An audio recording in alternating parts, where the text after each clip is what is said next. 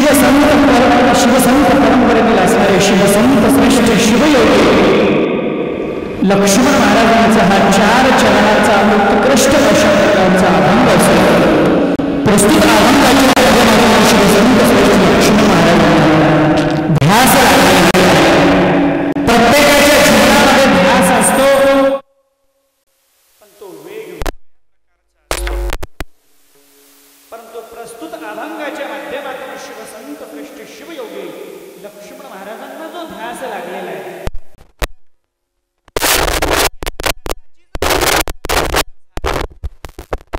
आम्हाला आमच्या जीवनामध्ये दुसरा ध्यास धरण्याची किंवा करण्याची गरज नाहीये. आणि या ध्यासाचे पूर्ततेचं ठिकाण जर कोणतं असेल तर ते म्हणजे सद्गुरूचे पाय. जोपर्यंत त्या सद्गुरूच्या पायाचं दर्शन, त्या सद्गुरूच्या पायाचं सानिध्य या जीवाला लाभणार नाही, तोपर्यंत हा जीव जीवच राहील. ते म्हणजे सद्गुरूंचे पाय. आणि म्हणून शिवसंत श्रेष्ठ लक्ष्मण महाराजांच्या लक्षात आलं की मी इकडं तिकडं जर कुठेही जर फिरत बसलो तर म्हणले त्याच्यामध्ये फायदा नाही, लाभ नाही. कारण फायदा लाभ जर करून घ्यायचा असेल तर त्याचं एकमेव ठिकाण म्हणजे सद्गुरूंचे चरण. तो कोणता ध्यास? अक्षय सुखाचा लागला. त्याची पूर्तता करण्यासाठी किंवा करून घेण्यासाठी लक्ष्मण महाराज कुठे गेले? त्या सद्गुरूंच्या पायाच्या आश्रयाला. आणि सांगितलं म्हणून पायास शरण आलो. असं शरण येण्याचं कारण काय? माणसं शरण जातात, प्रत्येकाच्या जीवनामध्ये ध्यास लागतो, त्याच्या जीवनामध्ये कुठली तरी त्याला भीती पाहिजे. अरे मग या जीवाला म्हणले अशी कोणती भीती होती की ज्या भीतीपोटी म्हणले सद्गुरूला म्हणून पायास शरण आलो. याचं कारण काय? याचं कारण सांगितलं. शरण आलो देवा संसाराच्या भीमे, पुन्हा जन्मायचं पुन्हा मरायचं, पुन्हा जन्मायचं पुन्हा मरायचं, हा जो संसार आहे ना म्हणले या संसाराच्या भीतीपोटी शरण आलो देवा संसाराच्या भीमे कैलासीचे केने दावा, कैलासीचे केने दावा माझ. असं ठीक आहे. पण त्याच्यासाठी सर्वात महत्वाची आवश्यकता जर कशाची आहे तर ती शिवसंत श्रेष्ठ लक्ष्मण महाराजांनी ती गरज, ती आवश्यकता, ते मागणं आपल्या गुरु महाराजांना मागितलं की ते जर ठिकाण जर आम्हाला या जीवाला शिवपदाची प्राप्ती करून घ्यायची असेल तर त्याच्यासाठी एकच महत्वाचं आहे. काय? मजवरे कृपा करी गुरुराया. कारण गुरु कृपेशिवाय ते शक्य नाही. गुरु कृपेनं काय शक्य होईल? काहीही शक्य होईल. संतांनी सांगितलेलं आहे पुढं, मुख्याचा वाचाळ चालेल पंगो. केवळ गुरु कृपेच हे सामर्थ्य आहे. म्हणून गुरु कृपे मजवरे कृपा करे गुरुराया. आणि म्हणून शिवसंत श्रेष्ठ लक्ष्मण महाराजांनी तुमची पाया दंडवत, साष्टांग दंडवत घातला गुरु माऊलींच्या चरणी. ठीक आहे. शेवटी लक्ष्मण महाराजांची अवस्था अशी झाली, जसं म्हणले महाराज आता पावसाविना पिकाची अवस्था झाली. तुम्ही भाग्यवान आहेत. मी आता इथं आल्याच्या नंतर आल्याबरोबर भोले ना त्यांच्या घरी गेल्याच्या नंतर त्यांच्यासोबत चर्चा केली. त्यांनी सांगितलं की म्हणले महाराज जसं आप्पा, जसं परमपूज्य गुरु माऊलींचं आगमन या गावामध्ये झालेलं आहे तसं या वरुण देवतेनं म्हणले इथं वर्षाव चालू केलेला आहे. तुमच्या नांदेडच्या थोडं पलीकडे गेलं तर म्हणले पिकं तरसायला लागली आहेत म्हणले महाराज. त्या पिकाला एकच सध्या म्हणले दुसरं काही नको म्हणले, मला आता फक्त काय पाहिजे? पाणी. कारण हे जीवन आहे त्याचं, त्याच्याशिवाय मी जगू शकत नाही. जसं त्या पिकाची अवस्था झाली किंवा एखाद्या माशाला जसं पाण्याच्या बाहेर काढावं, त्या माशाची अवस्था जशी होते तशी लक्ष्मण महाराजांची अवस्था झाली. आणि शेवटी ती अवस्था घालवण्यासाठी आणि शिव पदाला प्राप्त होण्यासाठी लक्ष्मण महाराजांनी आपल्या गुरु महाराजांना विनंती केली, काकलूत येऊन, लक्ष्मण तुम्हा येतो काकुलती, विनंती केली, वेगी पशुपती भेटवा हो, कारण एकदा त्याची भेट झाली की मग आम्हाला आमच्या जीवनामध्ये दुसरा ध्यास धरण्याची करण्याची गरज नाही, कारण त्याची भेट म्हणजे अक्षय सुखाची प्राप्ती, असं माझ्या बुद्धीला झेपेल असा अर्थ मी तुमच्या समोर ठेवलेला आहे. अखंड नाम यज्ञ चालू असलेला आणि आजचा या अखंड नाम यज्ञातील आजचा 8वा दिवस, आजचा सोमवार दिवस, आणि या ठिकाणी बरीच गुणीजन विद्वान मंडळी या ठिकाणी आलेले आहेत. आणि अशा या गुणवान कलावंताच्या तसेच या ठिकाणी ज्यांच्याकडं माझं संगीताचं शिक्षण झालेलं आहे असे माझे गुरु लक्ष्मण कोते गुरुजी हेही या ठिकाणी आहेत.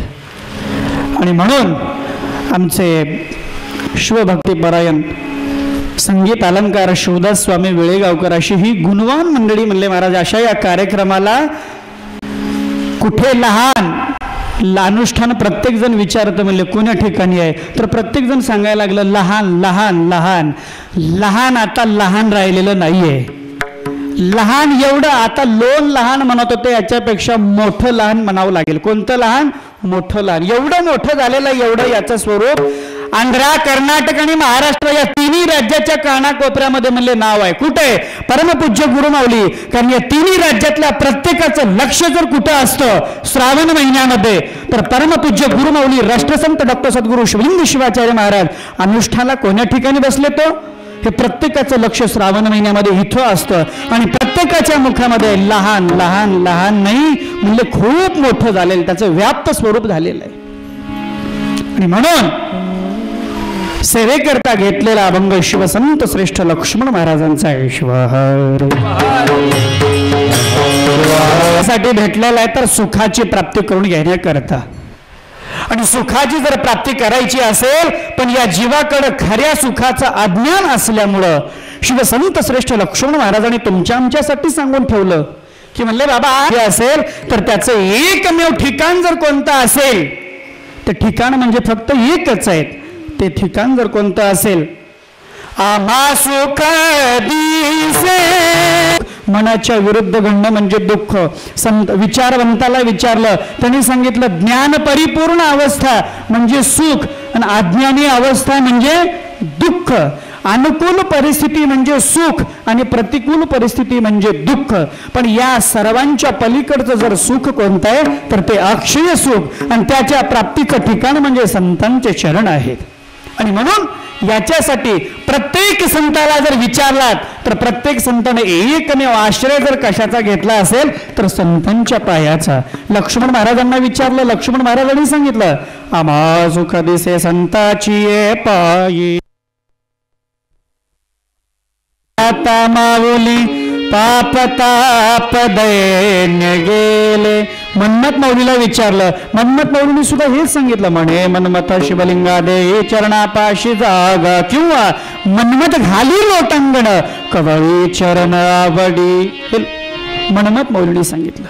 बसवलिंग स्वामींना विचारलं तर बसवलिंग स्वामींनी सांगितलं, म्हणले महाराज सर्व सुख मज दावी आपुले ठाई, बसवलिंगा पायी स्थिर केले. तुकाराम महाराजांना विचारलं, तुकाराम महाराजांनी सांगितलं संताची ये पायी हा माझा विश्वास, कारण त्या ठिकाणी धोका नाहीये.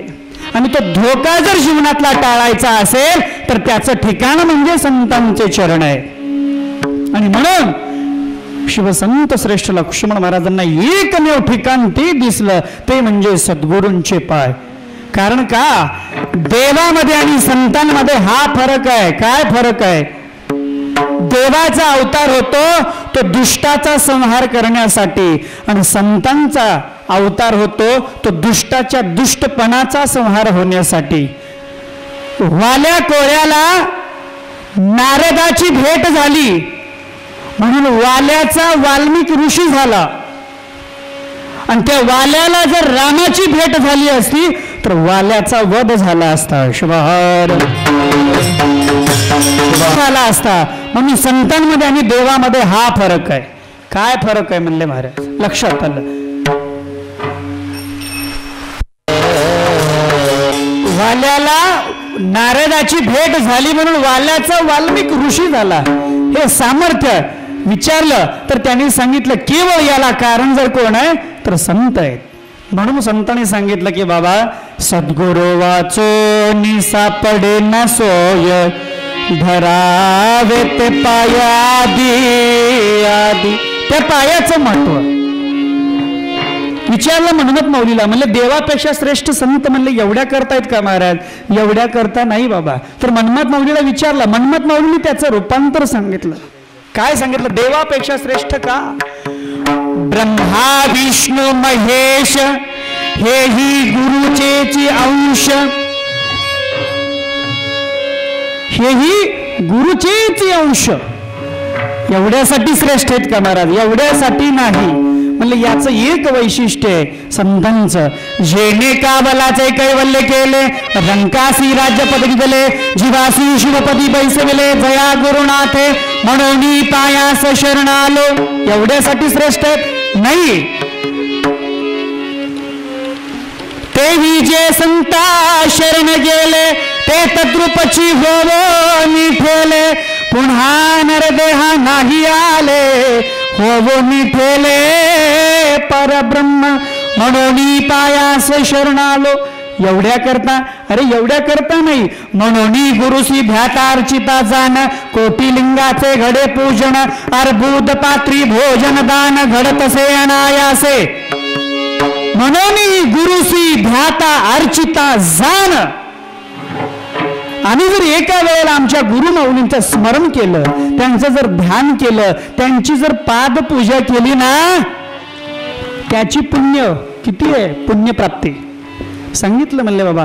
म्हणून गुरुसी ध्याता अर्चिता जान कोटी लिंगाचे घडे पूजन. कोटी लिंगाची पूजा केल्याचं पुण्य पदरामध्ये पडतं. जर आम्ही आमच्या गुरुमाऊलींचं एक वेळेला स्मरण केलं, ध्यान केलं, तर महाराज किती आकर्षक शब्द आहे. अर्बुद जर म्हणून आम्हाला विचारलं तर त्याचा अर्थ 100 कोटी पात्र अन्नदान केल्याचं पुण्य आमच्या जीवनामध्ये आम्हाला आमच्या पदरामध्ये पाडून घेता येतं. त्याचं एकमेव फळ जर कशामध्ये आहे तर त्या गुरुपूजेमध्ये. म्हणून दान घडत असे अनायासे. म्हणून त्या चरणाचा आश्रय शिवसंत श्रेष्ठ लक्ष्मण महाराजांनी घेतला. लक्ष्मण महाराजांच्या जीवनात लक्षात त्यांच्या जीवनामध्ये त्यांच्या लक्षात आलं की सर्व घेऊन यायचं मी. आता इकडं तिकडं मी सुखाचा शोध भरपूर केला पण म्हणले इकडं तिकडं मला या सुखाची प्राप्ती कुठेही होणार नाही. अरे मग या ठिकाणी मग याच्या प्राप्तीचं ठिकाण जर कोणतं आहे तर ते चरण म्हणले संतांचे सद्गुरूंचे चरण. असं हा ध्यास लक्ष्मण महाराजांच्या जीवनामध्ये लागला. प्रत्येकाच्या जीवनामध्ये ध्यास वेगवेगळा आहे. कुणाला वाटतं माझी गरिबी जाईल का नाही, का मी असाच दरिद्री राहील.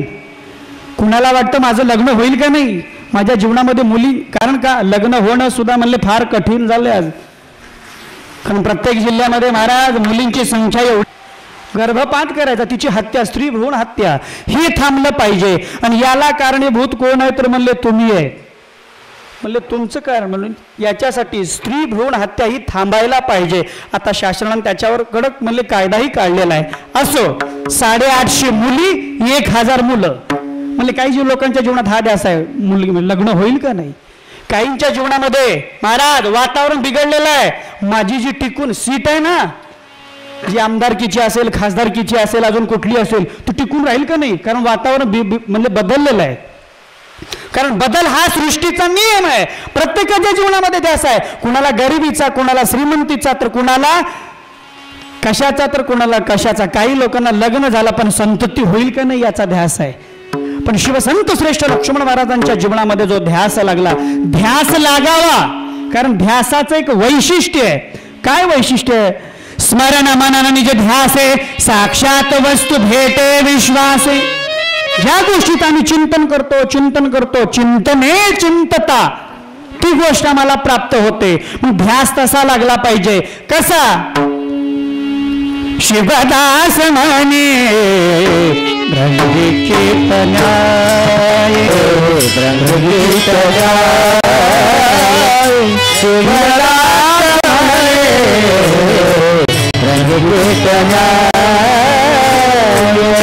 रूप होय निश्चय से शिवरूप होय निश्चय सी शिवदास म्हणे कीर्तनाय शिवदास म्हणे कीर्तनाय शिवदास म्हणे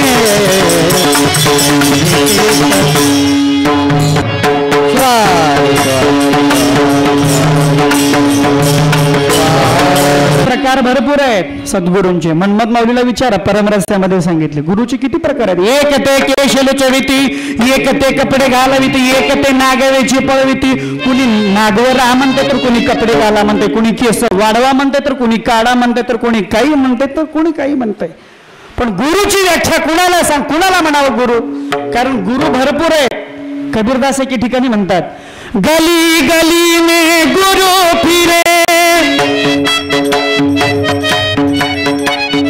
गली गली में गुरु फिरे, बोले हमसे दीक्षा ले, तुम स्वर्ग में जाओ अथवा नरक में, हमको लिपापा दो. गली गली में गुरु फिरे, बोले हमसे दीक्षा लो, तुम स्वर्ग में जाओ अथवा नरक में, हमको लिपापा लेकिन दो. म्हणजे असे गुरु भरपूर आहेत. काही लोकांना विचारलं कबीरदासाला सोडून, तर त्यांना विचारलं, म्हणले महाराज गुरु कोणाला म्हणावं, सद्गुरु कोणाला म्हणावं? तर त्यांनी सांगितलं, देवाच्या जवळ जो राहतो तो सद्गुरु. काय आता बरं आहे, तुमचंही बरं आहे, लाईट बी तसंच चाकर राहिली म्हणले मला. असो, वेळ दिलेली आहे, त्या वेळेमध्येच आपल्याला पूर्ण करायचं आहे. कारण का, वेळ सांभाळत देवाच्या जवळ जे राहतात ते संत, ते सद्गुरू नाहीये. देवाच्या जवळ जो राहतो तो पुजारी, देवाच्या जवळ जो राहतो तो पुजारी, पण देव ज्याच्या जवळ राहतो तो संत, ते सद्गुरू. आणि त्या गुरुची एकदा कृपा प्राप्त झाली, कृपा आणि अवकृपा. कृपा प्राप्त झाल्यावर मोक्याचा वाचाळ चालेल पंगो, म्हणजे हे सामर्थ्य गुरुच्या कृपेमध्ये. आणि अवकृपा जर झाली म्हणले कर्णाला पहा. जीवनामध्ये अवकृपा नको.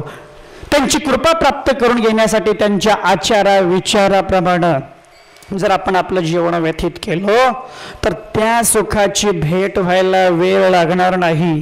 कारण का, या जन्म मरणाच्या फेऱ्यातून जर तुम्हाला सुटका करून घ्यायची असेल तर संतांनी सांगितलं, गुरु कृपा जन्म मरणाती निवारी. जन्म मरणाच्या फेऱ्यातून सुटका करून घ्यायचा आहे तर म्हणले संतांचे चरण, त्यांच्या आचारावर विचारावर काय झाला सतू. केवळ हे गुरु माऊलींचं सान्निध्य, त्यांच्यामुळं त्यांची जी साधनेची ऊर्जा आहे त्या ऊर्जेवर म्हणले महाराज, तिकडे म्हणले कुठंच पेरण्या नाही. तो म्हणले पेरण्या, पाऊस नाही, काहीच नाही. पावसासाठी आज प्रत्येकाचं लक्ष, कुणी महाराज दिसलं, भगवं उपरणं दिसलं, काही दिसलं, प्रत्येक जण एकच विचारते, महाराज पाऊस कधी पडणार आहे, तुमच्या पंचांगणात कधी पाऊस आहे, कधी पाऊस आहे.